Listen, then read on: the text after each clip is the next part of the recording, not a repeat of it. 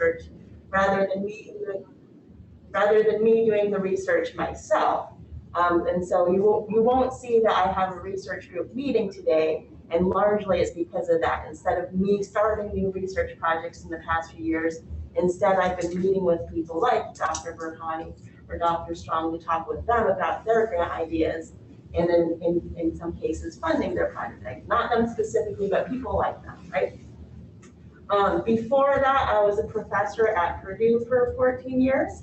And so the research that I've done in the past, a lot of it has been looking at pre-college settings, so children as young as preschoolers or middle school students or high schoolers. How do they learn engineering? How do they learn computing? One of the last projects I worked on was with kindergartners, first and second graders, so children 5, 6, 7-year-olds. What does it look like for them to do some of those early coding types of things or early engineering design? Some of my other projects have looked more at undergraduates and how they engage in engineering design. I would say another theme across many of my studies is gender equity. So that's just a little bit about me. I will be doing more research in the future, but I'm just explaining that I, right now don't have a research group because of my recent work with the National Science Foundation. Let's see. Yeah, so I think that's a little bit about me. Definitely you could talk with me more tomorrow. Again, I don't have a research group meeting today, but tomorrow, happy to talk with you more. Or if anybody wants to talk with me outside of the open house schedule, we can set up individual appointments too. With that, I think we're good to shift to the next pieces of the presentation. Thank you. We know how it works? Okay. Okay. All right, so what is SUCCEED? So again, SUCCEED is the School of Universal Computing, Construction, and Engineering Education. We were formed in 2018, so just 3 years old, and we were formed with the STEM Transformation Institute.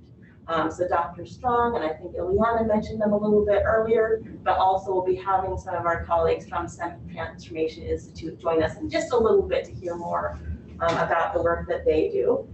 We are the first engineering education doctoral program at a minority serving institution, and also the first computing education doctoral program in the United States. So we're pretty excited about just the opportunities that has for us. Let's see, right now, if you look across the US, there are fewer than 20 colleges or schools that have a focus on engineering education. You will see sometimes that there might be one individual faculty member doing engineering education work at their university, but in terms of universities or colleges that have more than just that one faculty member, there's really only still a small number of programs in the country. Let's see. So in my case, I did my PhD before such programs existed and kind of had to create my own version of an engineering education PhD program by taking, a few classes from education, a couple from psychology, some in engineering. So I think that's why it's exciting for people like myself and the other faculty that we actually have a full program that we've designed for you so that you're not having to figure it out on your own. SUCCEED is also home to a Bachelor's of Science degree in interdisciplinary engineering. And so there's some really nice parallels between the two programs. So with both the bachelor's degree and the PhD in engineering and computing education, in both cases, they're very interdisciplinary programs. In both cases, a lot of the focus is on broadening participation, making engineering and computing a more humanizing experience. Okay, so we use this term broaden participation a bit. And I just wanted to pause to say, what do we mean when we use that term? So you'll see the term on our website, in the way we talk about things. We're trying to broaden participation in engineering, broaden participation in computing. What do we mean by that? Based on the word cloud from earlier, I'm guessing a lot of you do have some sense of this because I saw that equity came up quite a lot, as well as access, other dimensions of it. But just to be clear, kind of one of the first things is just thinking about who is or isn't participating in engineering and computing. And then also who has access to the experiences to learn about engineering and computing. So that I think of as kind of the diversity piece and the access piece. We might think about different groups of people. this is just a subset of people, of different groups who are historically underrepresented or marginalized or minoritized. This might be one way of thinking about it. But I think we want to push it further. It's not just thinking about who is or isn't participating. It's not just thinking about who does or doesn't have access. It's also thinking about the environments and the supports and the structures. How are those set up? How are those designed and operating that can support or hinder people from participating? And then beyond that is whose knowledge and ways of thinking and doing are valued. Where this, I think, is really, fundamental to answering those other questions is people aren't going to participate if they don't feel valued or recognized, or if their ways of thinking and doing aren't valued. And so here we're shifting more to inclusion and ultimately equity. And so some of the things we think about in that bottom space are, designing environments, degree programs, experiences that are culturally relevant or culturally responsive or culturally sustaining, and thinking about strategies like place-based education, community-based, and asset-based. And I think that for us being here at this particular university in the Miami-Dade area, we have some really exciting things we can do to really think about what it means to do engineering and computing education in this place, in this community, recognizing the many different strengths and assets that children or undergraduates, graduate students, faculty bring. But at the same time, I do want to also acknowledge that this is still an open question. That's part of why we're doing the work we're doing, is we're still figuring out what does it really mean to broaden participation. So we're thinking about this, we're talking about this, we're studying this, but there's still more work to do.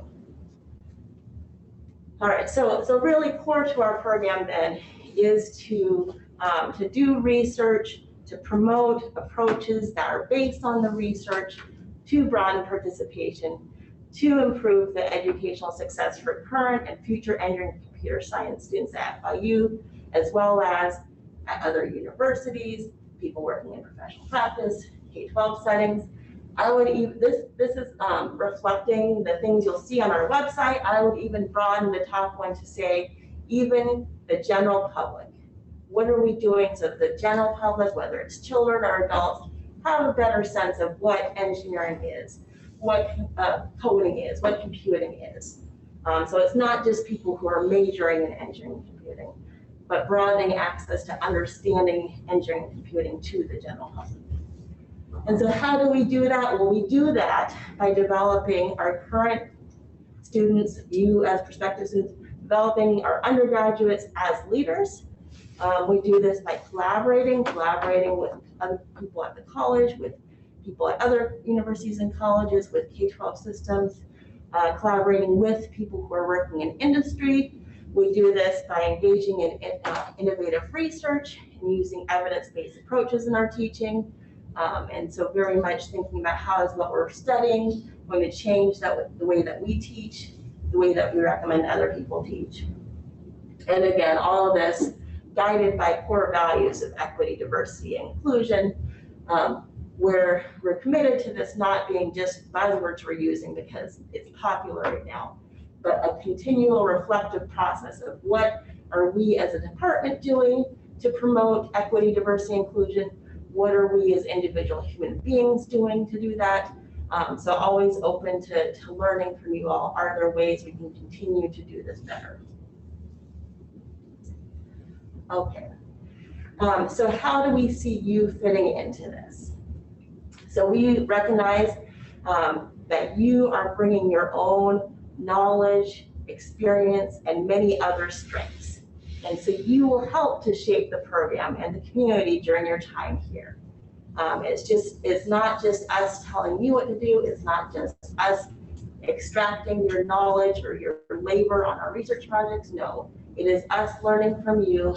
It is us working with you, listening to you to understand what you want to do with your careers. How do we support you in that trajectory? Our goal is to help you develop as leaders, as independent scholars and educational change agents. And we have no doubt, push us, all of us, to think differently about our own research, teaching, and leadership. So we're very excited that you are here today. We're very excited you have a chance to also interact with some of the current graduate students. Happy to answer questions at any point in the day or beyond the open house. I think this is when I was going to turn it over to you. Am I remembering that right? Yes. All right. Thank you, Dr. Cardella. That was awesome. Thank you so much. So, I mean, one of the things that I commonly come back to is when we think about our mission and vision, when we think about your role in all of this, when we think about each of our research areas, there's also that question about environment. So why does all this matter specifically at FIU? So I think this is something that people either even in the Miami area might not think about on a regular basis. People outside of FIU don't know. FIU is one of the top 5 largest universities in the United States. That's up there with your Ohio State, your University of Texas systems. 4th, at the time I got this, which I think was this past summer, it was the 4th largest university, depending on who's counting. But it's always in the top 5. 80% of our students are from historically underrepresented backgrounds in computing and engineering. 80%. That's a big deal. We have an incredible population of students that want this education, that are excited about this. And to me, the second bullet kind of says it all, is that what I have seen since being here over the last 3 years, what brought me here in the first place is that educational change can happen here. We have 2 of the largest public school systems in the country, Miami-Dade and Broward. We have a very vibrant community here in Miami. Those of you who are in Miami now know this. And we really see that FIU supports curricular transformation and helps us support student success at FIU and beyond. So that's where we are. All right, so one of the things I briefly wanted to share was that you heard a little bit from our faculty before about the work that they're doing, but I wanted to actually brag about our faculty a little bit because I think they're really awesome, and say that they're already impacting change since they got here. So I'll pick on Dr. Burhani because he's in the room. So the Engineering for Us All project is supporting engineering and computing education in classrooms around the United States, trying to increase access and also support student development in these spaces. In the classroom, I've been working on projects in senior design to help us redesign some of the senior design experiences. So that's what students have in their final year of their undergraduate to help them with that transition into the workplace. Dr. Sekiels has been designing courses at the early, looking at interdisciplinary engineering, like what does it mean to come into that type of curriculum? And he's also doing a lot of work focused in the equity space. And what does it mean to really think about equity as an instructor as you're designing that classroom environment. We do work at 2 different groups of minority serving institutions. So within the classroom and also along pathways to them. Dr. Fletcher and myself both work in spaces looking at Hispanic serving institutions and historically Black colleges and universities, and really thinking about how they are already successful in supporting students, as well as how they could innovate even further, or we could amplify their efforts that they're already doing. Dr. Burhani mentioned transfer and that going from 2-year to 4-year. So Dr. Burhani and myself both have separate projects looking at transfer pathways within engineering and computing. And I've been working with Dr. Ross on one in the computing space. Flip Path comes from Dr. Weiss, and Dr. Sekiels has been working on that project, really thinking about, again, pathways to success for students within Florida. These are just a few, and I know I owe many more shout outs to the work that our faculty are doing, but I wanted to share this with you as this sense of like, we are already actively not just doing amazing fundamental research and asking big long-term change questions, but we're asking short-term change questions and acting on what we're learning on a day-to-day basis. So how do we do all this stuff that we tell you that we're doing? Because it's pretty hard to do alone or with not the right resources, et cetera, but we do it because we have incredible people resources here at FIU. So within our college, we have very close relationships with the staff. Succeed is the home of the Center for Diversity and Student Success in Engineering and Computing. Dr. Fletcher has been doing amazing work with them over the past few years, and Dr. Sekiels works closely with them as well. Other engineering and computing education faculty, each other, who support one another, as well as the faculty in other engineering and computing departments. In addition, we keep mentioning the STEM Transformation Institute.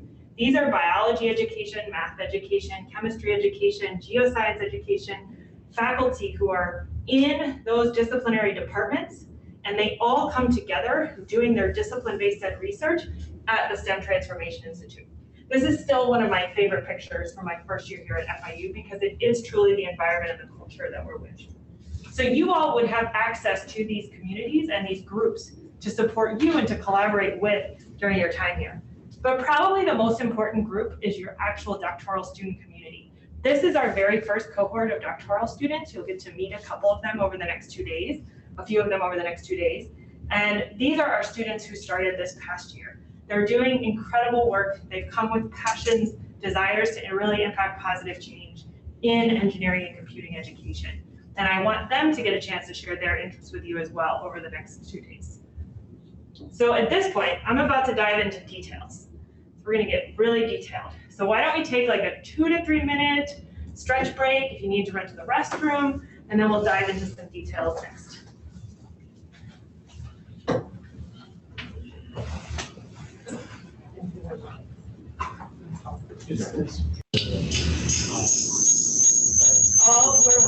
Sorry, apologies, we're waiting on one more.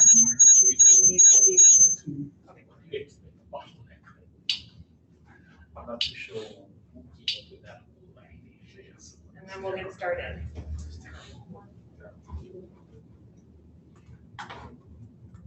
If there are any questions while we are waiting, please in person or on Zoom, please let me know. I'm happy to answer any questions.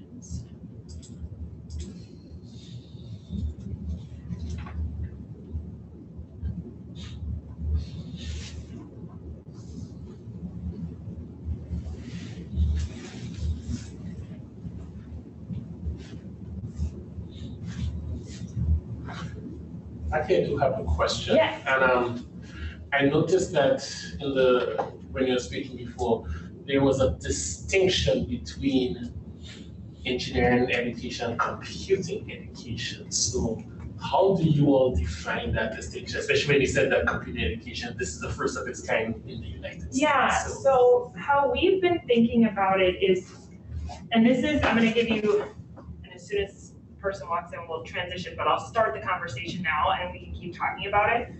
But when we designed the program, we designed it together. So engineering and computing education. But for full disclosure, it was originally designed by 2 engineering education specialists. So Dr. Fletcher and myself focus on engineering education. But one of the things we saw here at FIU is we had this incredible school of computing that we were connecting with, and we wanted to make sure computing education was represented. So we are still defining what does it mean to put these together. So in all of your courses, you're going to see literature from both computer science education, pre-K-12, all the way through higher ed to practitioners. You're going to see pieces of engineering ed, and then you're going to see these interesting, so I have a paper, there's a course that I will be teaching next fall for our second year, our new cohort.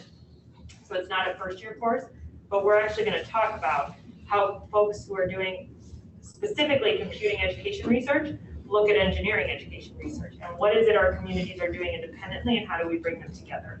So we have them together, but we're still defining that. And I think a lot of it also comes from our students and their research interests. They're helping us shape what does it mean to do a PhD with both. Even though you might have your entire dissertation might be focused on computational thinking in elementary school, you still learn engineering education components. Engineering ed folks are still going to learn computer science things. And some people are going to do a PhD that literally crosses the boundaries, the and here. All right, so let's get started. Let's start talking about the details. So this first piece, we're gonna see if this works. All right, I want everybody to think back to undergrad. I've got my GPD hat on today, okay, this part. Think back to undergrad. What were those parts of undergrad? You worked on weekly, bi-weekly assignments. Maybe they were problem sets, maybe they were something else. You studied with your friends and classmates, took exams. Maybe you worked full-time also, part-time. Maybe you did work study, research, things like this. You developed a breadth of understanding of your discipline. Some depth, but definitely a breadth, those foundational concepts. You participated in extracurriculars possibly, and you prepared for your job search. Okay, now what does this mean as a PhD student? How is this similar or different?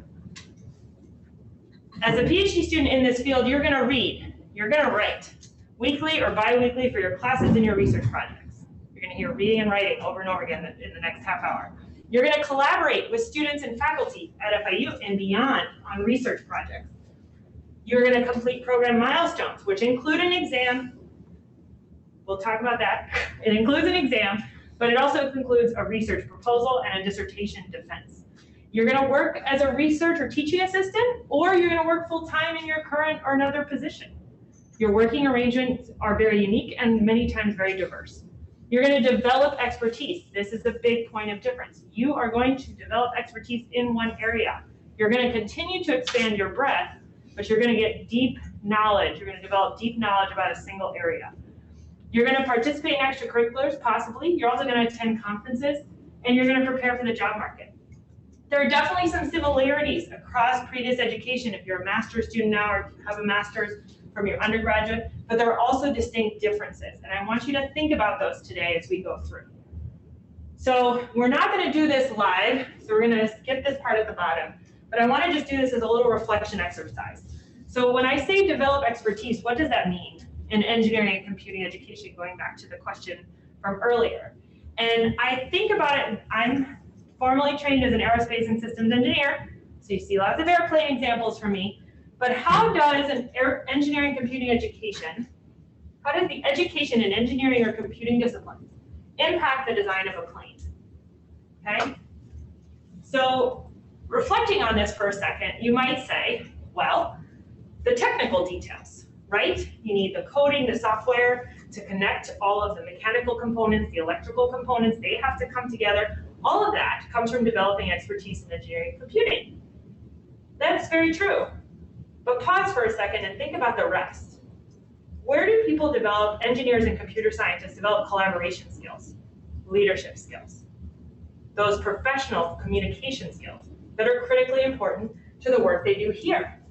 Where do they learn to understand people? There are people that are going to get on that airplane. The pilot's performance, the comfort of passengers, the flight attendant's performance and safety, manufacturability comes back to understanding manufacturers. Where do they learn those components?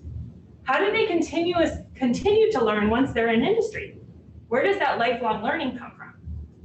All of those pieces, and actually, let's go further back. Where did they develop their interest in airplanes to begin with?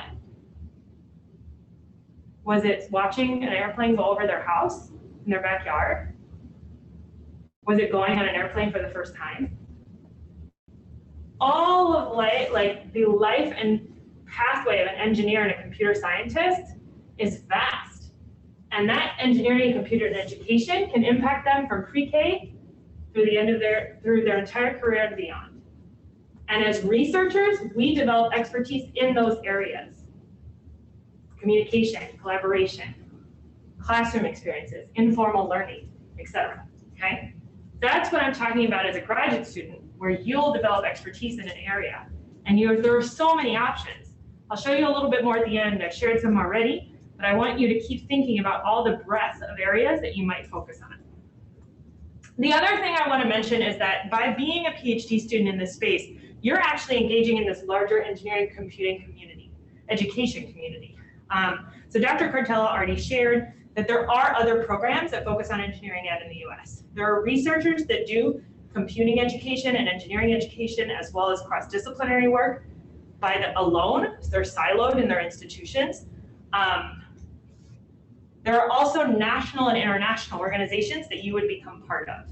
So I want to just be mindful of those and recognize that I could not find logos for all of them, so I apologize in advance. But American Society for Engineering Education is one of the major professional societies that the engineering ed researchers, but also computing education researchers are part of. SIGSE is one of the big computer science ed organizations. There are also many international organizations. So CEPI is the European for engineering ed. This is our International Engineering Ed Association. There are several. There are a couple for computing, but they're all hiding up and around SIGSE. They kind of are the central hub.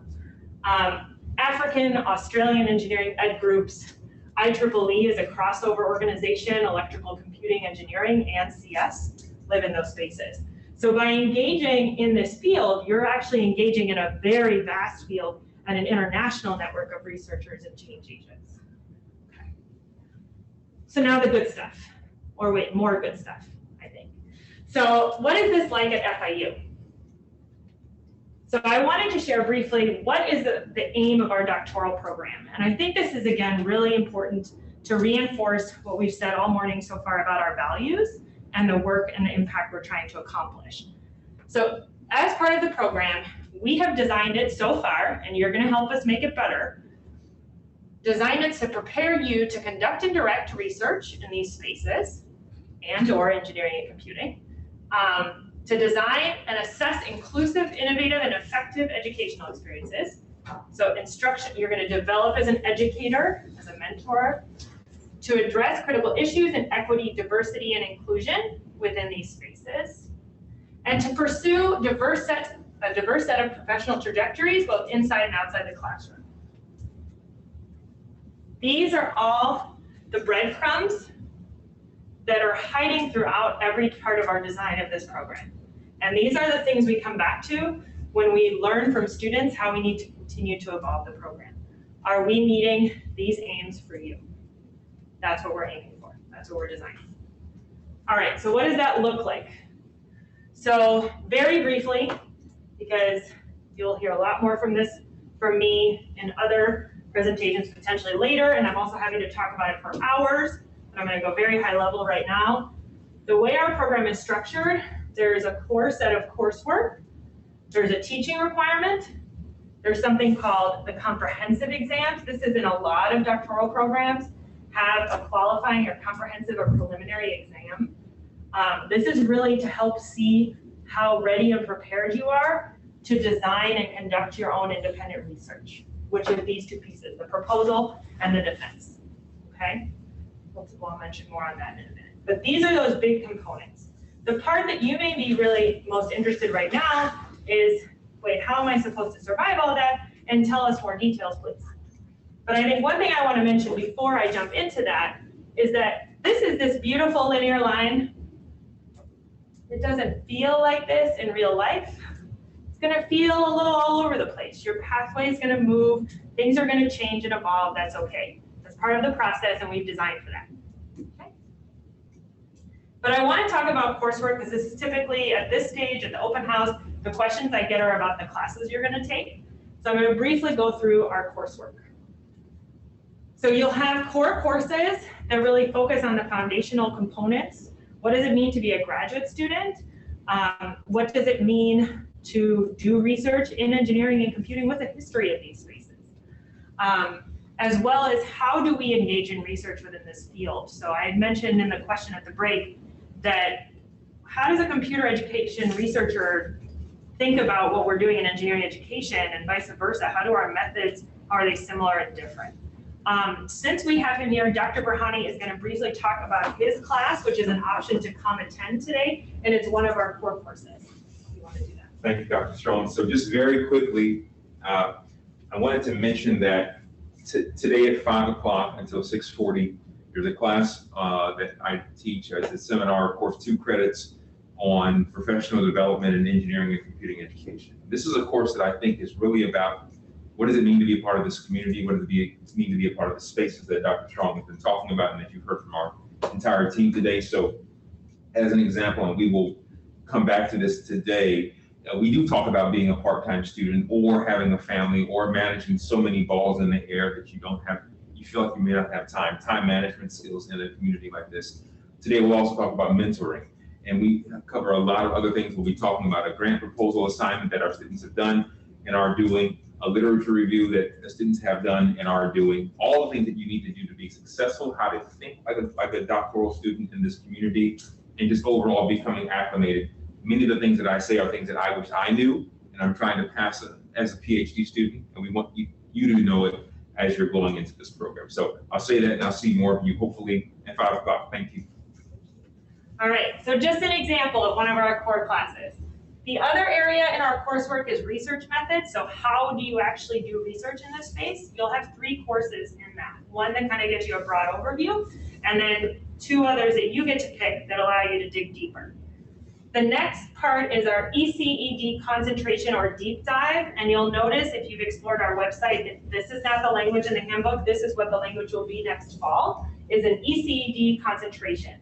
And the idea here is to allow you to go more in depth. What are the areas that you're really interested for your research?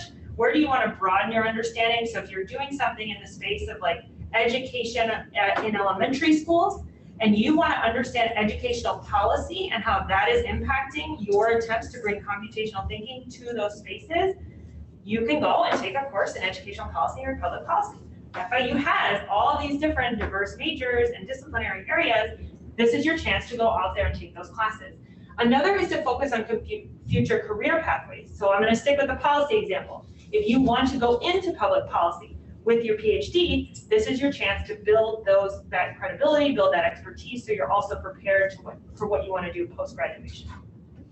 There is a teaching requirement. So this is 2 courses that we have all our students do. One is focused on instructional practices to begin with. So how do we approach teaching and learning in the context of engineering and computing? How do we think about that? How are we culturally responsive? What does it mean to be inclusive in the classroom? And then you get a chance to practice it. So we have a mentored teaching practicum. Now this is something with folks who already have teaching experience, have questions about, but for those who don't, this is your chance to co-teach a class with a faculty mentor where you're in charge of about 15 to 25% of the course. To get feedback on your teaching from a community of graduate students, both within Succeed and outside of Succeed, that are also doing this mentored teaching experience. For those who are actively teaching in the classroom, we will design this based on what makes sense or waive the requirement if it's unnecessary for you. But it is an opportunity to get some mentorship, both from a faculty facilitator and from peers about your teaching. We have a seminar that we work with STEM Transformation Institute, so we get to hear more from those discipline-based ed researchers, chemistry education, geosciences education, other spaces who are doing work or even cross-disciplinary work to support STEM education more broadly. You get to hear from them, and some here at FIU and also beyond. Lastly, you will work towards an engineering and computing disciplinary specialization. So for those who are not coming in with, like, for example, like an electrical engineering master's or another engineering or computing master's, this is your chance to really develop expertise in a technical domain. And I put up here this idea of enabling boundary crossing. I cannot tell you the number of times as an engineering education researcher that the fact that I can go sit down with a faculty member in mechanical engineering and talk to them about concepts of statics, which is a foundational course, and I know what they're talking about, and I can sit and explain moments and talk about how students have challenges with the vectors, and I'm aware of that, that all of a sudden opens doors for me to create a bigger impact. Now they're listening. So part of developing this technical specialization is so that you can go talk to faculty and practitioners who have engineering expertise, and they know that that you understand some of their language and you can speak that shared language across, and it really supports your ability to impact change. So these are the courses. The other parts of your program are developing as an independent scholar. So one of the things that Dr. Cardell shared with us yesterday when we were preparing for today's open house is she's noticed on Twitter, there have been lots of questions from students about, oh, you actually develop as a researcher in your PhD? You don't need to already be a researcher when you get there? That's a misconception. You're developing as a researcher in your PhD. That's the idea. We're here to develop you as an independent scholar. If you have previous research experience, that's awesome. That's adding. Now we're going to further develop that. But if you don't, you will develop that research experience here and that expertise. And you're going to do that by exploring different research areas. It might be through an assistantship. It might be through just being active on a project. You're going to learn from and with your peers, your research advisor, your committee. You're going to get out of the classroom and attend conferences. This is a big part of developing as a researcher, is extending and engaging with that larger community, national and international. You'll examine your assumptions about education in your classes, in your research, in conversations every day. Even as faculty, this happens to me constantly. Re-examining and examining my assumptions of what it means to educate in an inclusive, diverse, equitable way. You're gonna read, you're gonna read, write, you're gonna revise, you're gonna read, you're gonna read, read. It's a lot of what you're gonna do. Then you'll start to select your research focus. That'll help you prepare for those comprehensive exams I keep alluding to, your proposal. And you're gonna really be doing all of this with support, because ultimately, when you conduct your final PhD dissertation research, you're gonna have been supported along the way, developed along the way. We're not jumping into this first, okay? All right, so we've mentioned many different research areas. I'm just gonna throw this up one more time. These are just some of the projects that our faculty are currently, spaces that our faculty currently work in. You can even connect lines, for example, like focusing on diversity and inclusion in engineering and computing in a community college setting. Those are some of the projects. But our students coming in this cohort are doing some incredible ideas, and I'm excited for you to learn from them the rest of the day and tomorrow, because their work is pushing our boundaries of the research that we do and succeed. All right, so what can you do with this? This came up a lot in the questions that I saw before today's session. So there are a lot of options of what you can do with a PhD in this space. And we are very much proponents of let us know what you're thinking and as it changes, because we can help prepare you for lots of different spaces, especially if we know what you want to do. There are options to go and become a faculty member in a department focused on engineering education, or potentially in the future computing education, or other departments like ours that are fusing the two together. There are options to go and be a faculty member in an engineering or computing department. But there are also options in science museums. There are options to do workforce development in large businesses like a Boeing or a Lockheed Martin, and I've talked with them a lot about workforce development. I have colleagues who are at Capital One, who are at Expedia, doing UX and workforce development type work, and their backgrounds are in engineering ed. So we will begin to expose you to many of these different career pathways in Dr. Burhani's class, but then also after through our seminars and other engagements that we have. Okay? All right, I'm taking a deep breath. I have a couple of things I still want to tell you. Everybody ready? Okay. So one of the questions I get a lot is around funding. Tomorrow is a great time during the Q&A to dig into this in your individual case. For full-time students, this can take the form of a research, teaching, and graduate assistantship, a university fellowship, or some external fellowship. There are also options if you're domestic to pursue both a research assistantship and some additional employment, but that is under the discretion of the university graduate school.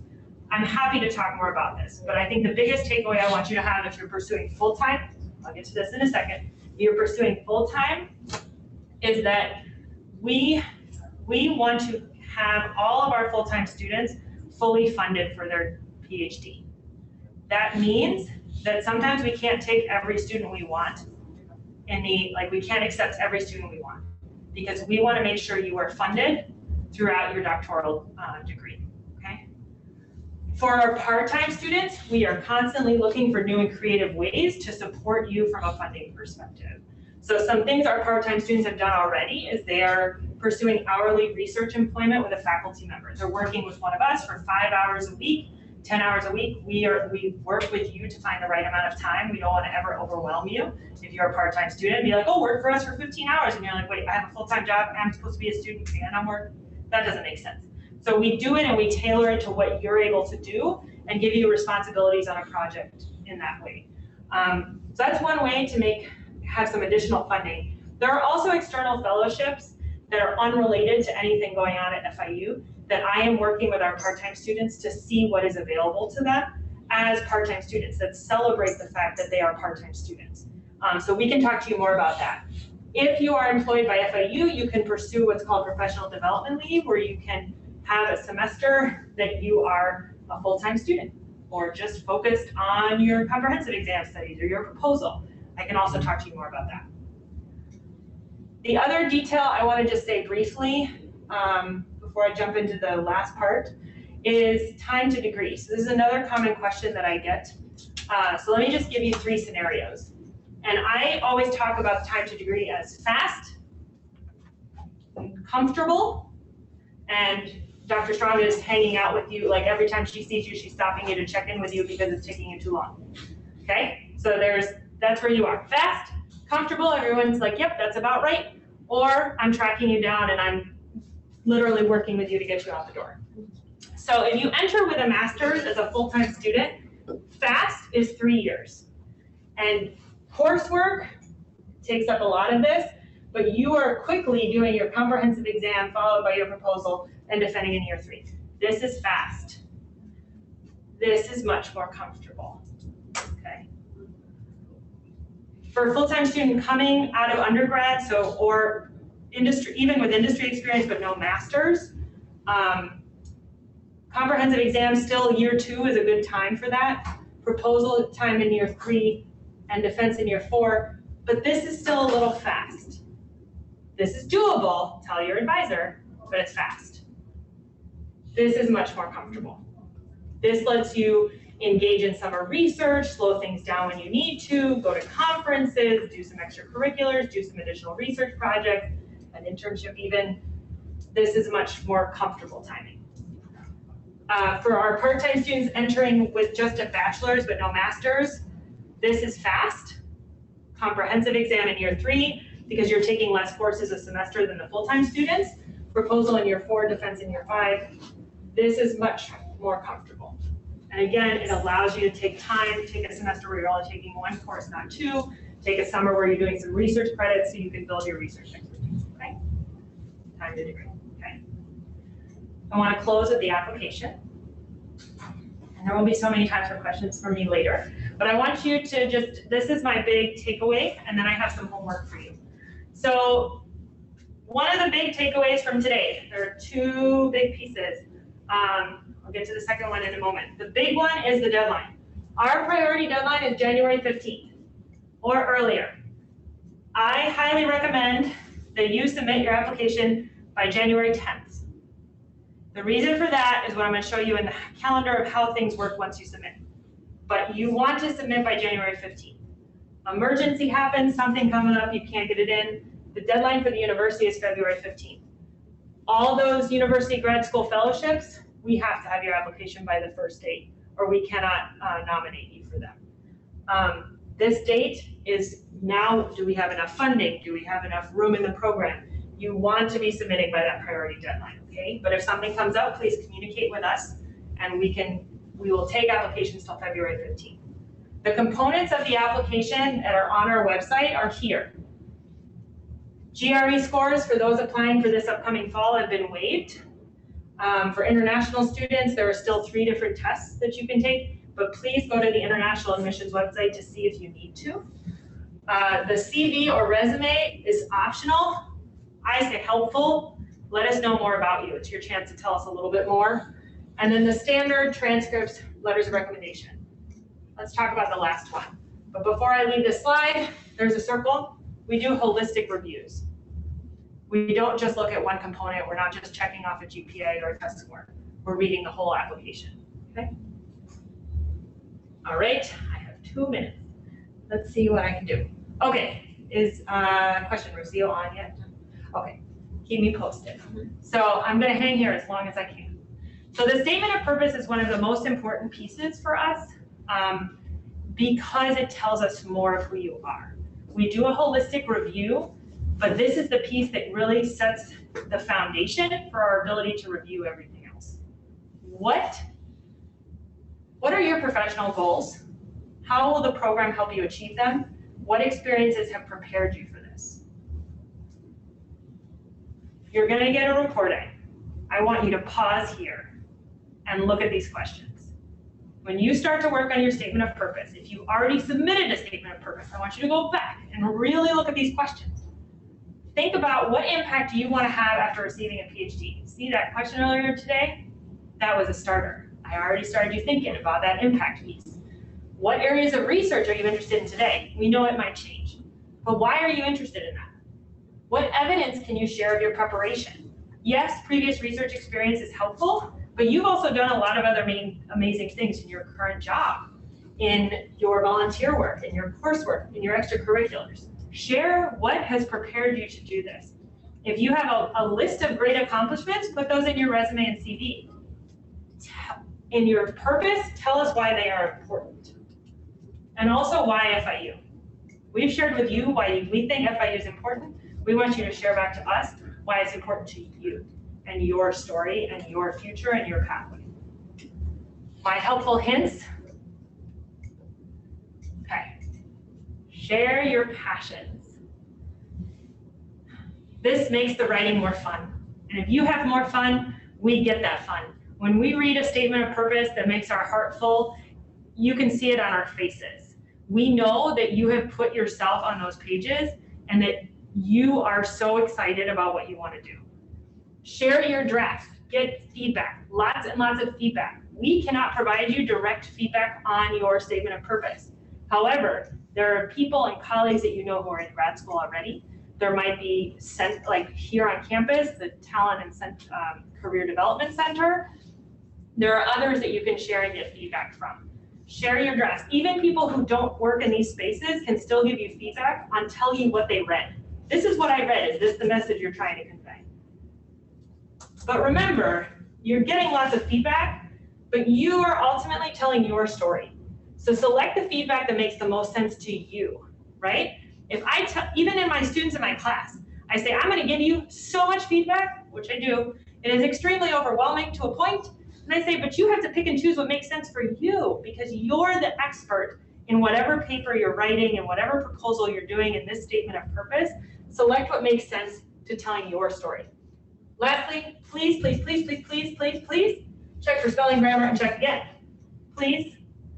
This is, I've done it myself. I've submitted something and there has been an error and it just, you're gonna sit there with a knot in your stomach going, did they catch it? What did they think about? Like, just check for spelling, grammar, check again, have someone read it backwards, whatever you need, okay? All right, where am I on? Is she here yet? Yeah. Okay, she's perfect. She said I'm fine? Yeah. This is my last slide. So, what happens after you press submit? This is why I say this is January 10th. Upon submission, we do not get your application. When you submit, it goes to the university graduate school and they do their checks first. We don't get to touch it until you've completed certain steps from them and they refer your application to us. That takes a couple days, okay? Once we get your application, Ileana and I go through and make sure you have all the required components. We want every one of you to be successful, so we will tell you if you're missing something. UGS is not going to tell you if you're missing a letter of recommendation, because that's not on their checklist. We're going to tell you if it's missing. So if you submit January 10th, that gives UGS 2 days, that gives us 3 days to get back to you that something's missing. If you submit on the 15th, we may not be reviewing your application with everybody else's because you're missing something. So submit early so we can give you what you need and make sure you have everything. We're going to review your application mid-January. February, you're going to receive either a notification of waitlist, decline, or a recommendation for admission. This confuses folks. You're not getting an offer letter. That's not the process I can use with FIU. This is how it works for our institution. I will send you a recommendation of admission, for admission, and invite you to come to our admitted students event, okay? Then after the admitted students event, those individuals who attended every single one will receive an offer letter from us with details about their offer. For part-time students, that looks different. For full-time students, we'll tell you about an assistantship or a fellowship that you're receiving. The last thing, and this is for any program that you're going to, I want you to be successful and I want you to know the rules.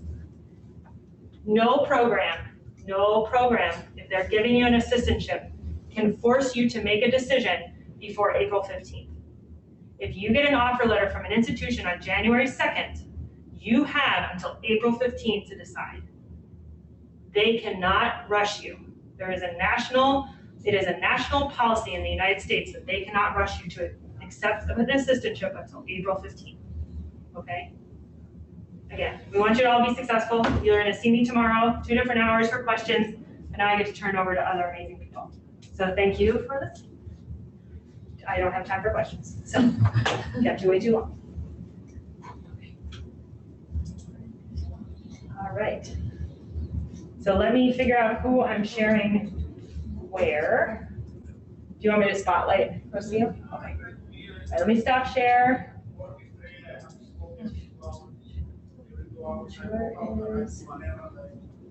Hi, Rocio. I'm going to spotlight you for everyone. Give me a second to move slides off my screen in here, because otherwise they can't see you in the room. Okay, one second. Where are we going? Aha. All right, I see questions in the chat. For those who are writing questions in the chat, I will start doing some responses in a bit, but I'm gonna turn it over to Rocio at this point. You wanna check sound, Rocio? Sure. Can you hear me? Okay, I cannot hear you yet. Oh, Oh, can you hear me now? Yes. Okay, Yes. awesome. And we also have Ida. I don't know if Oh, I can spotlight both of you. Yes. Yeah, let me get both of you spotlighted. Oh. Okay. Hi, Ida.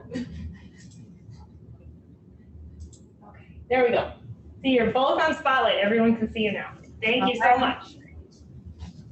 Hi, everybody. So how many, just to get a sense, because I don't see the room, how many people do we have in the room? I see people that are virtual. Yes, so it's 4 prospective students in the room, and then you have some faculty and staff. Okay, great. Well, thank you everybody for having us today at the showcase. It's great to be here. My name is Rocio Benaventos. I'm the Associate Director for the STEM Transformation Institute, and also Ida joined today. Ida, do you want to introduce yourself? Hi, this is Deggis Rodriguez. Most people call me Ida. I am a physics professor with the STEM Transformation Institute, but I also help coordinate a lot of and research programs with. And I prepared a short presentation, Alex, to talk about the Institute, just to give an overview, and then like it'll be probably 5-minute presentation, and then we can take questions is what I was thinking. That sounds great. So I'll try to share my screen.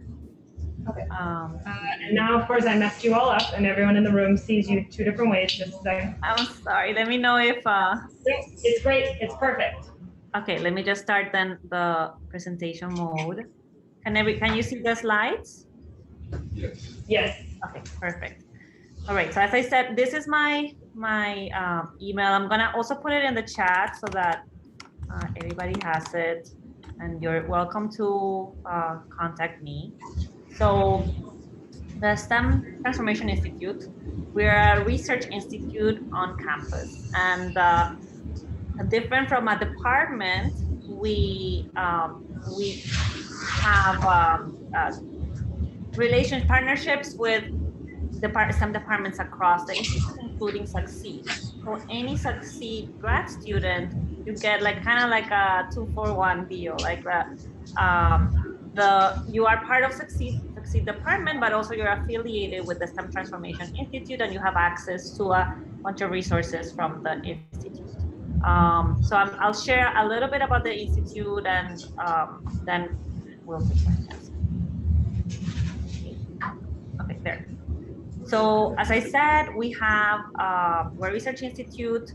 Under our institute, we have faculty that are jointly appointed. So for example, Professor Strong, she is part of Succeed, but also has a joint appointment with the STEM Transformation Institute. We have 21 faculty of that type that are around 8 departments, Succeed being one of them. We also have non-tenure track faculty members like Professor Rodriguez, who's joining here. They are both teaching and research non-tenure track faculty members. And we also have visiting scholars that are part of the institute. All of these faculty are doing research around STEM education issues, including, for example, for Succeed, engineering education, which is what you guys are interested in. Of course, under all of those faculty members, we have postdoctoral fellows that work with faculty members, so they're also affiliated with the institute. We have about 40 to 45 grad students annually that are mentored by these faculty members, and hundreds of undergraduate students that also work with us, the programs and the faculty. And we have staff, including myself, and administrative coordinators, and that help support our faculty and also like the programs in the institute. And we're funded by all of these different partners. NSF is one of our biggest funder, and both research projects and also more programmatic projects that I'll talk about in a little bit. So the Institute was founded in 2014, and we are what the FIU calls a preeminent program. So there's about 6 different preeminent programs in the university, and these are programs that are highlighted, or institutes that are highlighted at the institutional level. And with that, of course, that what we're doing aligns with the institutional strategic plan. And as far as like what we do, I mentioned we're a research institute, but also it's almost like we have 3 different spheres of influence. One is on research, which is through our faculty, our visiting scholars, and also like researchers that we partner with, but also we have our practice side of the house and policy. And by practice, I mean student success programs that run at the institution and that are influencing student success in classrooms. So our research faculty have a diversity of research interests. So there's a lot of our faculty focus on broader participation, equity, diversity, inclusive practices, all from early education to faculty at the faculty level, professoriate. For practice, just to give you a little bit of an idea of what type of programs we have, these are our flagship programs. So the Learning Assistant program is one of the largest, is the largest in the country of its type. Learning assistants are students that go into, that take a class, they do well, then they become part of the instructional team. Ida can talk about them because she has a place in her physics classroom. They are what we call agents of change. So they really change the environment in the class, facilitate active learning. They're amazing. FIU teaches our teacher preparation program. So we also prepare future teachers, future STEM teachers. And then the HHMI program is our faculty development program. So we provide support for faculty who want to reform the way that they are teaching. And just to, the reason why I want to mention these programs in particular is that we have graduate students really supporting or that have projects that align to these programs and have worked with the LA program, FIU Teach, and the HHMI. So there's opportunities for grad students if it aligns with their research interests to also participate and support these programs through their research.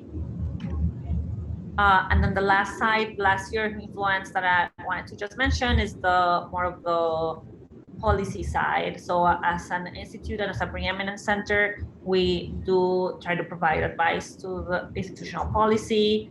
So anything that is around STEM education. Some of the examples is, for example, the active learning classrooms, that we have across the different campus. For example, in MMC, we have 13 classrooms that are capacity from 48 to 240 students. And all of them are active learning type of setting. So like you can see here in the picture, movable seats or chairs with tables, collaborations with departments and centers to kind of have institutional policies, and also even at the national level, our president has served in multiple national academies committees. So we support the preparation for those type of appointments that maybe like leadership might have, and policy things. I know. Well, Ida can talk about her her visits to DC to also support policy.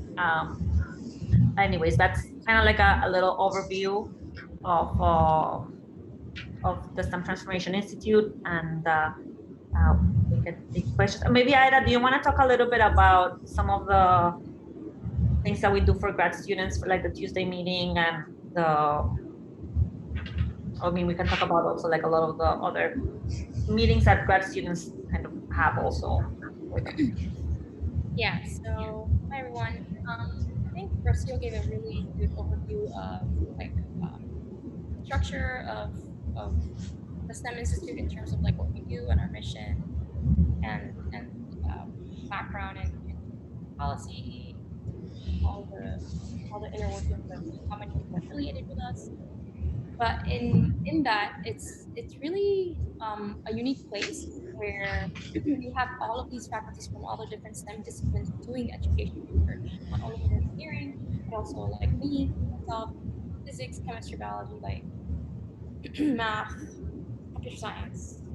I'm missing a bunch of people, a bunch of disciplines.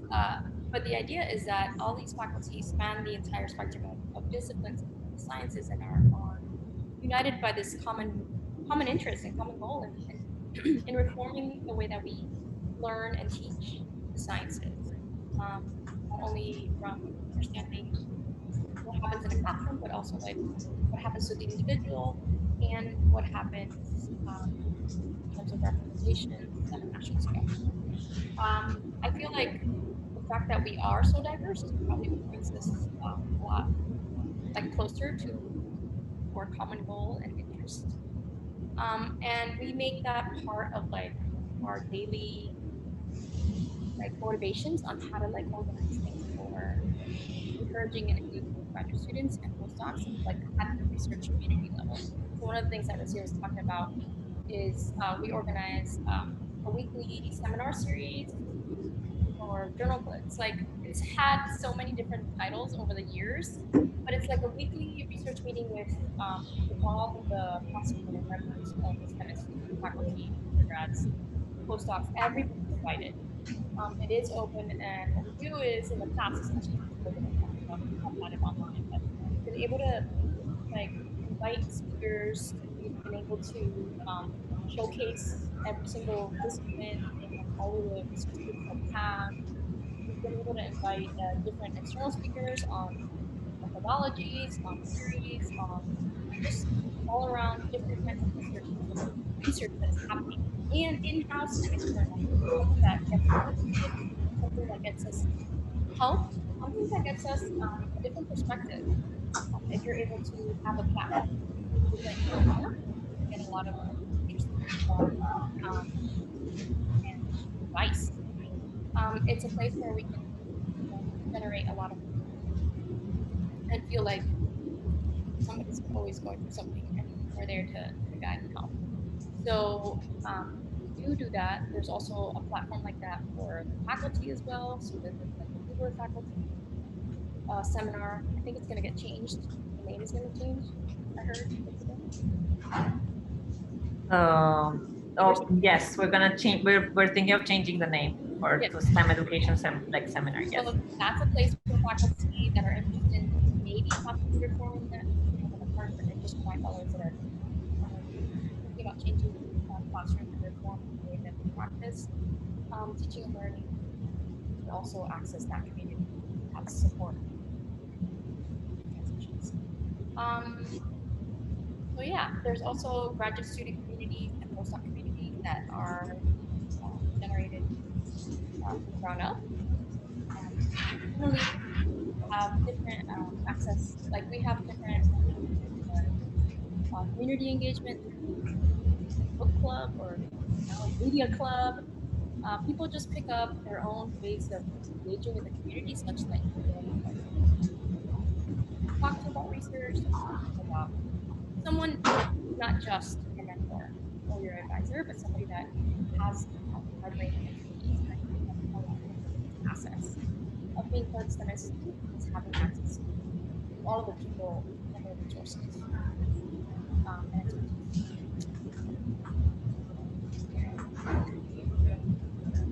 Thanks, Ida. Should we take questions? Like I know we have like about 10 minutes for questions. Does anybody have any questions?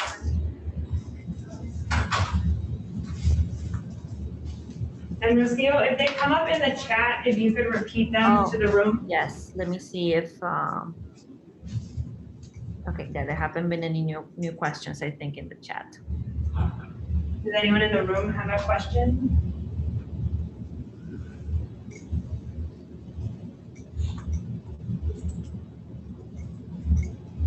And if you have a broader general question too, not just about STEM Transformation Institute, you have two amazing experts on FIU, on Miami, on graduate programs. They both work with and have experience with graduate education. Also, I'll mention something, Alex, that came to mind, and I don't know if you guys have mentioned GRFP yet in the. No, we have not yet. So yeah, go but for it. as something, and I guess this is for the next year, so you will be able to apply before. So as well, one of the things that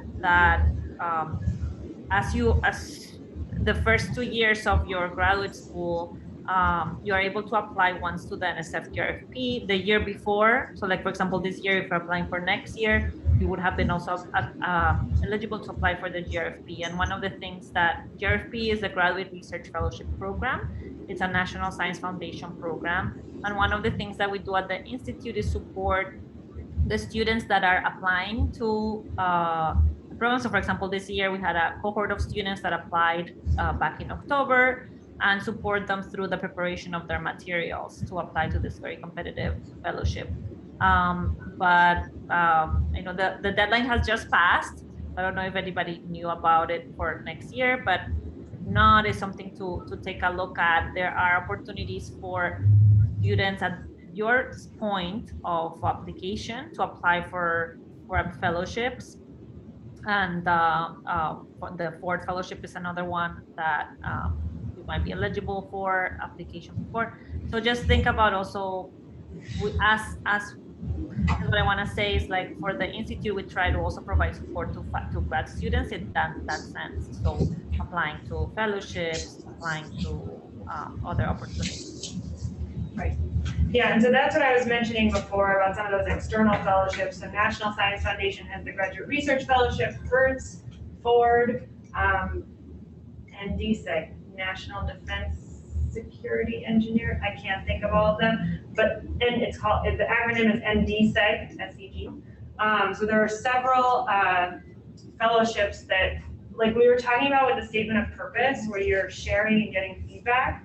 I highly recommend like something like this, where many people are applying in different disciplines and you're all working together. I know for me, I had a graduate research fellowship, and if it weren't for my peers who were also applying, we all won it.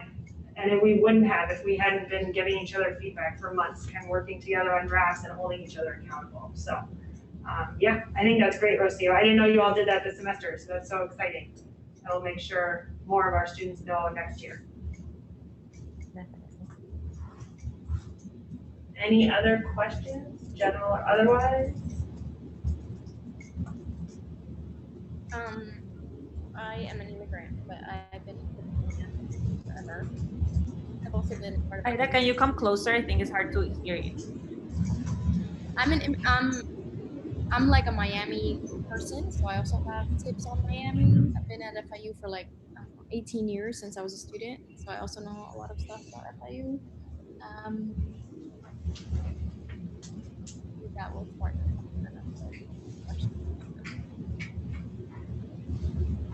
And also, if you don't have questions now, but you come up with questions later, feel free to email me or Aida. I think we both have our email in the chat. So that's also something. Sometimes you might not have thought about a question right now, and you go check out the website and you're like, what is this about? So feel free to reach out to us if you don't have questions now, but they come up later. And just to, I guess, a final kind of closing connection from what you all heard from me earlier, is that a lot of our students, for their dissertation committees, you have multiple faculty members who support you on that committee. So they approve, but also support you through the proposal process in your dissertation. And one of the things with the STEM Transformation Institute is you have this community of faculty who are engaged in this type of research that you can ask to be on your committee. And the same thing with students, and you have all of those connections that are already cross-disciplinary, that you're starting to build that network and engage in that larger community that we were discussing before. Yes, I think we have a very special thing going on at FIU. It's not something that's common. We have such a big STEM education institute that includes faculty across all the different disciplines. So I'm happy to see like all of you are interested in FIU, and I think we have a really amazing program here, opportunities to expand not just within like a particular discipline, but collaborate across and get experience for or like be able to seek expertise from different faculty members. And so I think we do have something really special in at FIU. So. I agree. Thank you, Rosia. Thank you for having us. Yeah, so there are no questions. Why don't we take a break until 11:30 Eastern, for those of you in all different time zones, 11:30 Eastern. And if you have questions, maybe Rosia and Ida, you can just stay on Zoom in case something comes in the chat the next couple minutes. But if not, thank you both so much. We really appreciate you coming and sharing, and it was one of the reasons I came to FIU, so I'm glad to continue relationships and connections with STEM transformation. Thank you so much, Alex. Thanks, everybody. And good luck with your applications.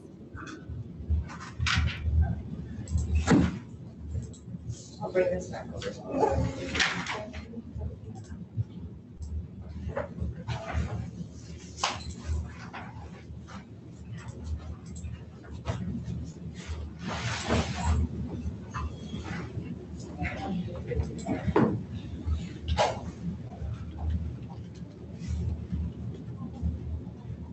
All right, let me get you all set up over here. Good morning, good morning. Okay, yes, I got my little presentation. Maybe on because I have my other spot for If anything, I mailed it to myself. No, we'll get it. It's just, we're gonna laugh at But I did put it on. and we're not. So sorry, you're all hearing, planning. We're actively doing 5 things, so give me a minute.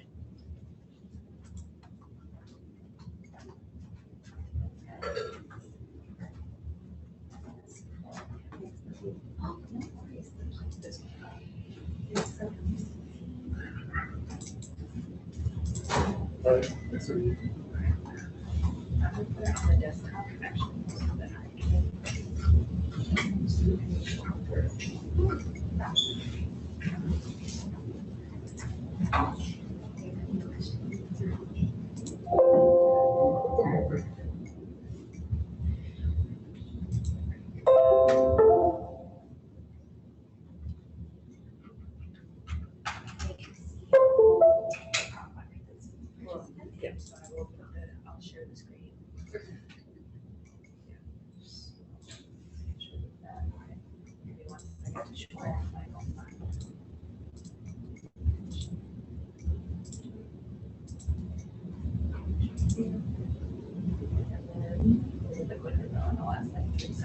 It's over there. Let me get it. Okay. Perfect.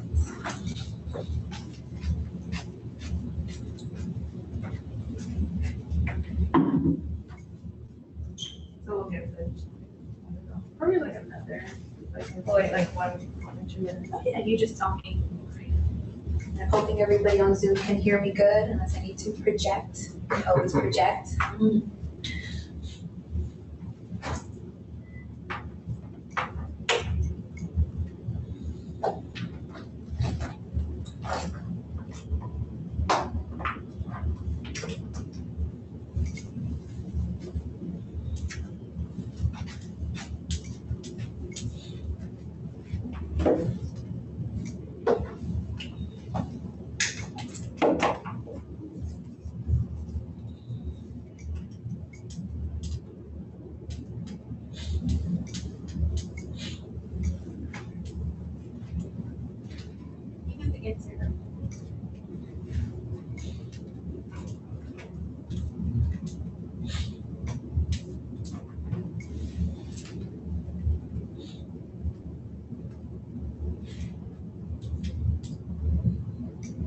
Ready to get started?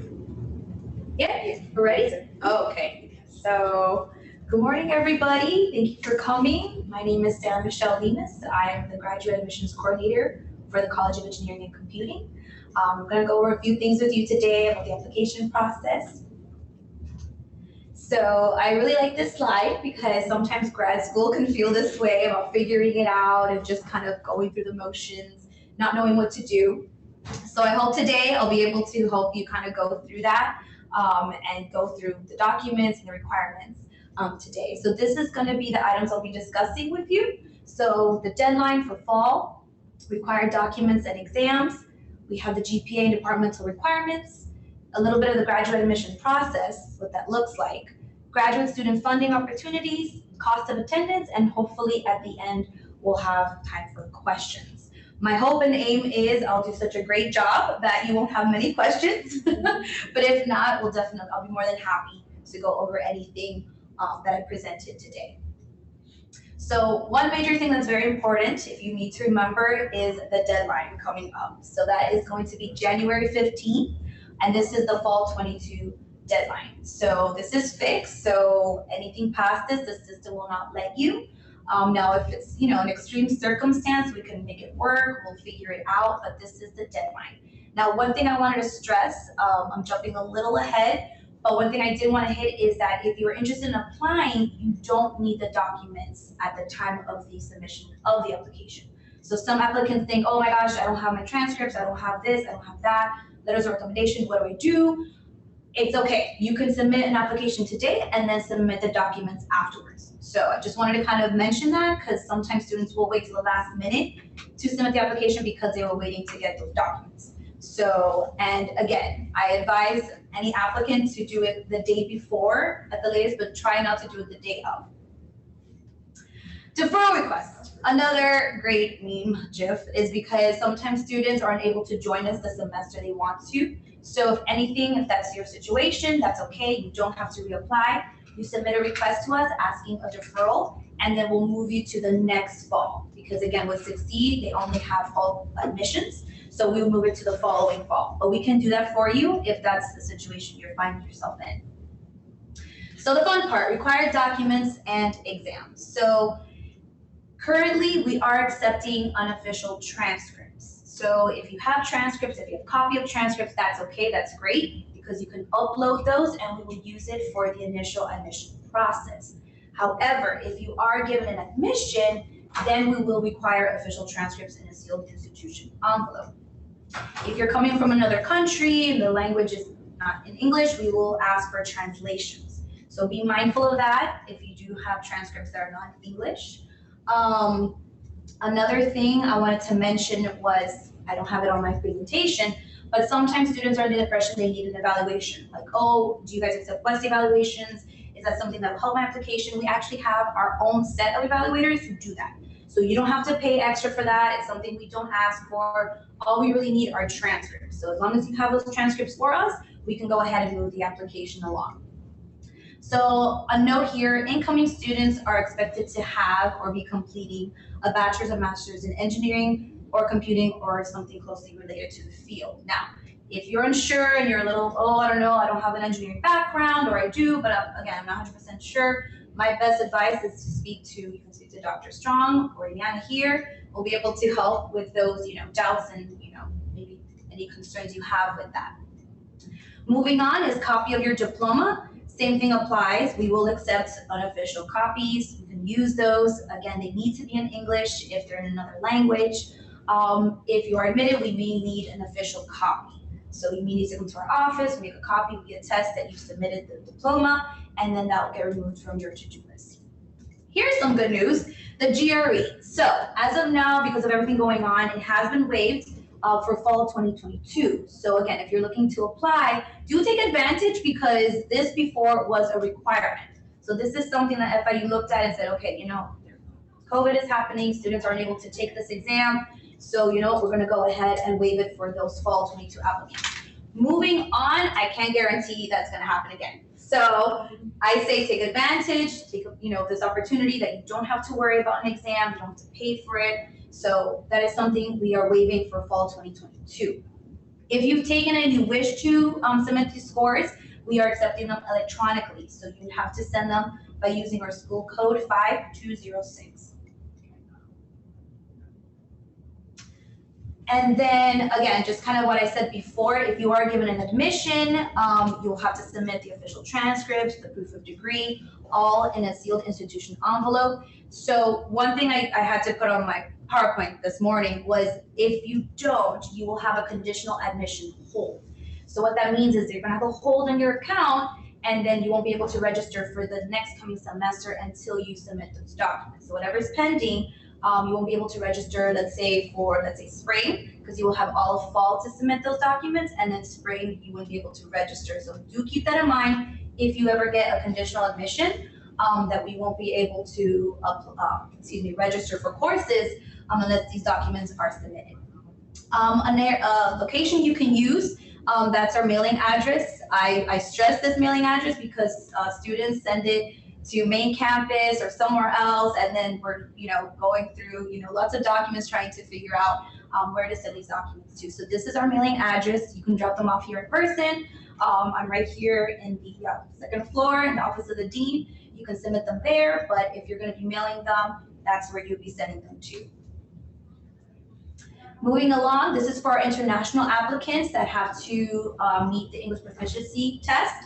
So we're talking about the TOEFL, the IELTS, the Duolingo. So again, Duolingo was something we looked into because it gives more students an opportunity to submit these scores.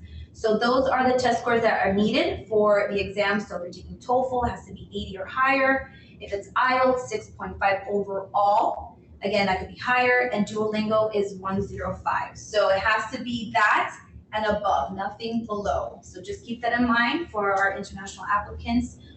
That's something that's very important. Again, we will need these scores sent to us electronically by that same code 5206.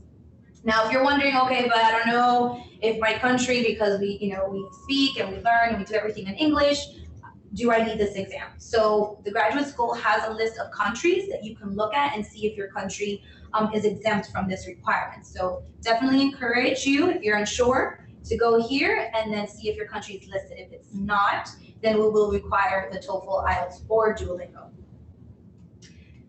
Please let me know if I'm going too fast for those who are participating online. Just want to make sure that I cover everything. But again, we will have Q&A at the end.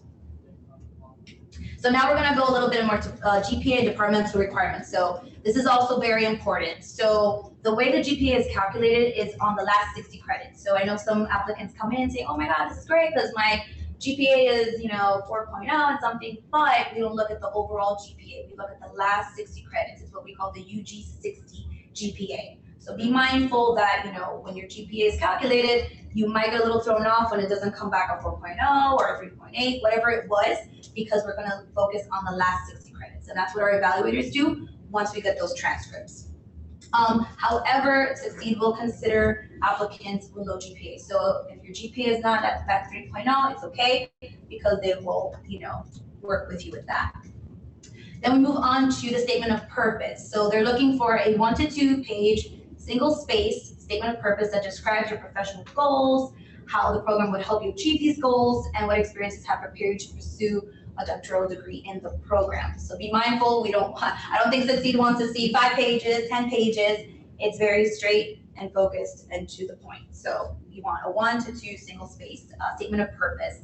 And then we move on to the 3 letters of recommendation. Do not procrastinate. I have a slide for this because unfortunately in the past, we think, okay, letters of recommendation, it's easy, whatever, I'll get to it. Most important are the transcripts, which is true. However, letters of recommendation are going to be written by someone other than yourself. So that individual is going to need time to write this letter of recommendation for you. And you really don't want maybe something that's just kind of basic, and you want it to kind of reflect who you are as an applicant and a potential student in the program. So you want to make sure you plan and request the letters of recommendation in advance, maybe have 3 to 5 references. So that way, again, if you don't get all 5, maybe you'll get 3 back. But again, it's better to have more than less, since I don't know who you would be asking, but it's important to give that person time. It can be a mix of personal, professional, and academic referrals, depending on the program you're applying to. Questions on this, you may want to ask again Dr. Strong or Liana, what are they looking for specifically? But it's good to know before you reach out. And then again, before sending them, make sure that each letter is addressed appropriately to each school or department, because you don't want to submit the wrong, letter of recommendation to the wrong school. So be mindful of those little details. Moving on, we have as an option, you can submit a copy of your resume or your CV to your application. The department recommends reaching out to at least one succeed faculty member prior to applying to learn more about the program. So I hear you on that, and I think it's very important that you do. And then I wanted to briefly just go through like what does the admission process look like, just so you guys are in the loop and you're not thrown off as to what happens when you submit the application and where does it go. So this is a little brief timeline. So first thing first, apply. Don't submit documents, because if you submit documents without an application, what happens is then your documents become what we say an orphan, because there's nothing to tie it to. So we've had that happen where students mail us their documents, email us their documents, and then we can't locate an application. So first thing is you want to apply. After that, you're going to submit all the documents we discussed, the transcripts, test scores if you want to, proof of degree, all of those good things, letters of recommendation. Once that's done, once we have transcripts, then we have our evaluators look at your courses, they calculate the GPA, and then that allows the application to move on to the academic unit. Then from there, they're going to review, they're going to make a decision, and then they're going to enter an admission recommendation, whether to admit, deny, cancel the application. This is where one would go to apply. So you would click on the graduate admission application link and you would look for Succeed. That's the website, gradschool.fiu.edu. The application is $30 and it is non-refundable. So again, if something happens where you're not admitted into the program, hopefully that's not the case, the application fee is non-refundable. Just wanted to mention that because that is a question we do get often. And this is what it would look like when you go to the page. So if you're new to FIU, this is what it would look like. If you've done this before, then it would be familiar. But if it's the first time doing this, you would have to create a username and a password. Make sure you save that because it becomes, a mess when you forget and you have to do it all over again. But this is what it would look like once you go in. Once you go in, this is how you would kind of follow up with, okay, what is the status of my application? Is there anything pending on my end? And so pretty much that's what the to-do list has. So it would show, let's say it would show something like transcripts or proof of degree, but this is definitely something that you can monitor and just make sure that your to-do list is empty. That's the goal for me, at least for an applicant, is to make sure you've submitted everything needed to move the application along. So, and then you want to make sure also you don't have any holds. You want to make sure that there's no holds on your application. And again, that would be on my.fiu.edu, and this is after you submit the application. Again, this is briefly just a few steps on what it would look like once you apply. So again, just for those who get the conditional admission letter, you would accept the offer, you would have an orientation kind of into the program, and then last, you would register for your courses. Funding. So this is always a fun topic. So I know as graduate students, it's a big concern, and I completely understand. So grad school does have some resources that you can check out on their website, gradschool.fiu.edu. I definitely encourage everyone to go. This one I think about my first two slides about, figuring it out and checking, because there's a lot of different opportunities, but you would need to go in and review it. So once you go on the website, you would click on graduate funding, and the main three is graduate assistantships, fellowships, and external funding. So you can click on either one and review them. Just in brief, this is the different graduate funding we do have that's on the website. So again, fellowships, there's scholarships, there's graduate assistantships, Office of Training and Fellowships, the Office of Scholarships, external funding, there's financial aid, and most importantly, I think cost of attendance, where students want to know how much is it going to cost for them. So definitely, again, just go to gradschool.fiu.edu, review this. I know it's a lot and it can be very overwhelming, but at the same time, it's there for you. And it really will take time for you to go in and check it out. So, don't neglect it. I would say take advantage and review it, and maybe there'll be something for you to apply to, and perhaps even lower that cost of attendance if you hadn't submitted something for funding. So cost of attendance is a big question I also get. So the Office of Admissions has kind of this calculator that you can go ahead and you can put in like the credits, the semester, the cost. So pretty much this is a great resource that I always tell applicants to check out if they're a little unsure of what that's going to look like for them. So you can find this at admissions.fiu.edu. And then I highlighted that little cost of attendance, and it'll take you to the page where you can put in your information. Like again, the courses, and if you're undergrad, if you're graduate, out of state, in state. And so this is again where you would go, you would click on the calculator, and then you'll be able to put your information in. Oh, and this is one of the slides I wanted to present, because as a grad student, we do host different events for our students, because we know that everyone works very hard and they're studying and doing research, and it's very heavy. So this was just like, some pictures from our last event that we had, and we know that, again, students work very hard. And so we try to throw these different events for them to kind of, take a break and enjoy life as a grad student, other than, being in a classroom and doing heavy research. So I went through that very quickly. So at this time, this is my information. So if there's anything that maybe comes up later that you have questions on, you can go ahead and email me. That is my number. And just let me know if there's anything that you have questions on. But if not, I mean, I'm here. I think we have time for sure. So if there's any questions, comments, concerns on anything that I've presented, please let me know. I'll be more than happy to go over that. Is there anybody online? Yeah. Oh, we do. We have some questions. Well, no, I'm just saying there are people. Oh, okay. Okay. You can just ask Got them. it. Yes.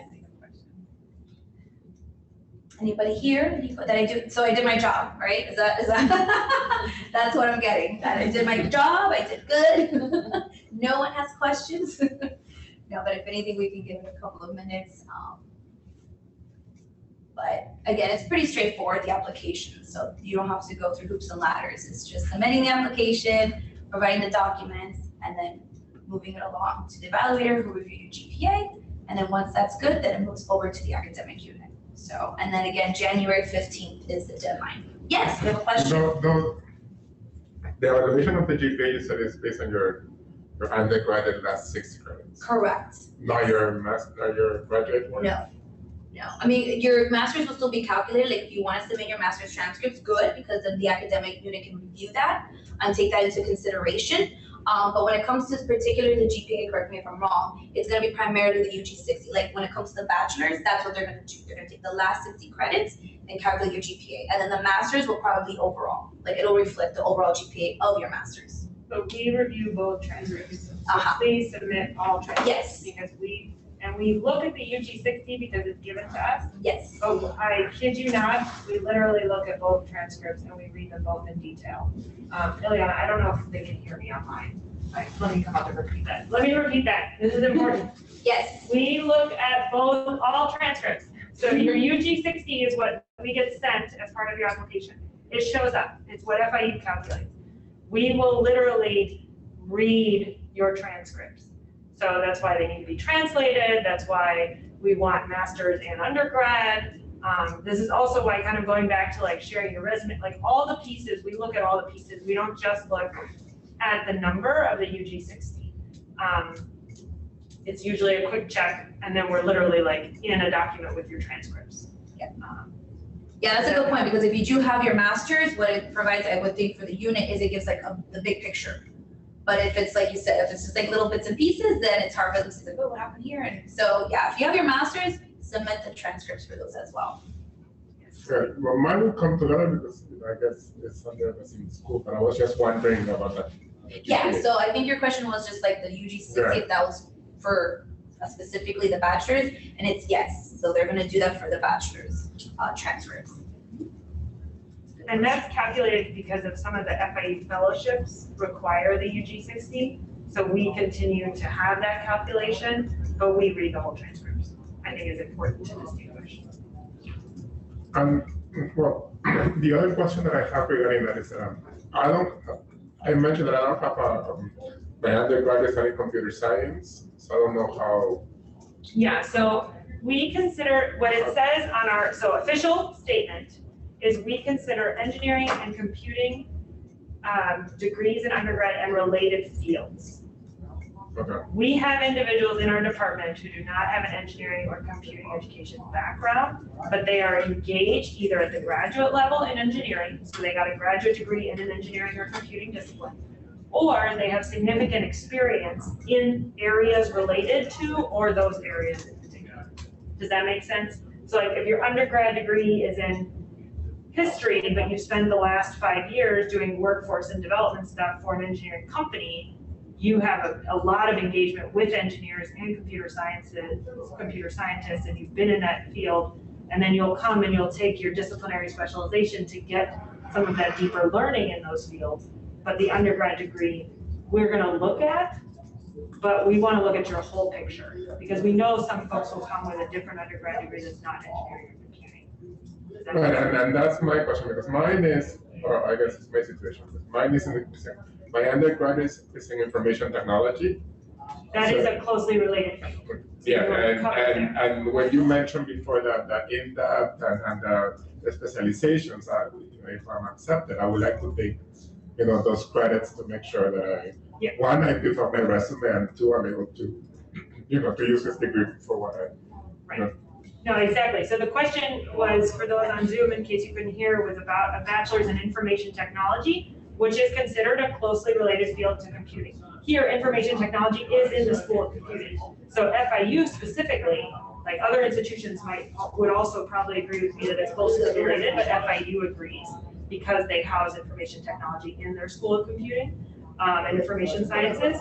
And so that would be considered a closely related field. And then yes, the disciplinary specialization, you could explore something. We have a list of initial disciplines, but we have students who are petitioning to expand that list too right now, and so we're working on that. Okay, thank you. Any questions in the chat? You all are telling us such compliments today. Yeah, I So prepared. Because I've attended where they have like 1,000 questions. Oh my goodness, did I not cover that correctly? So that's good, that's good. Okay. And there will be a recording through this talk for those who are on Zoom. So if you need to go back and see this, for those who are in person, if you want to go back and see the slides or anything like that, we shared the screen during the parts where we were presenting, like right now. So you'll have this recording if you need to go back.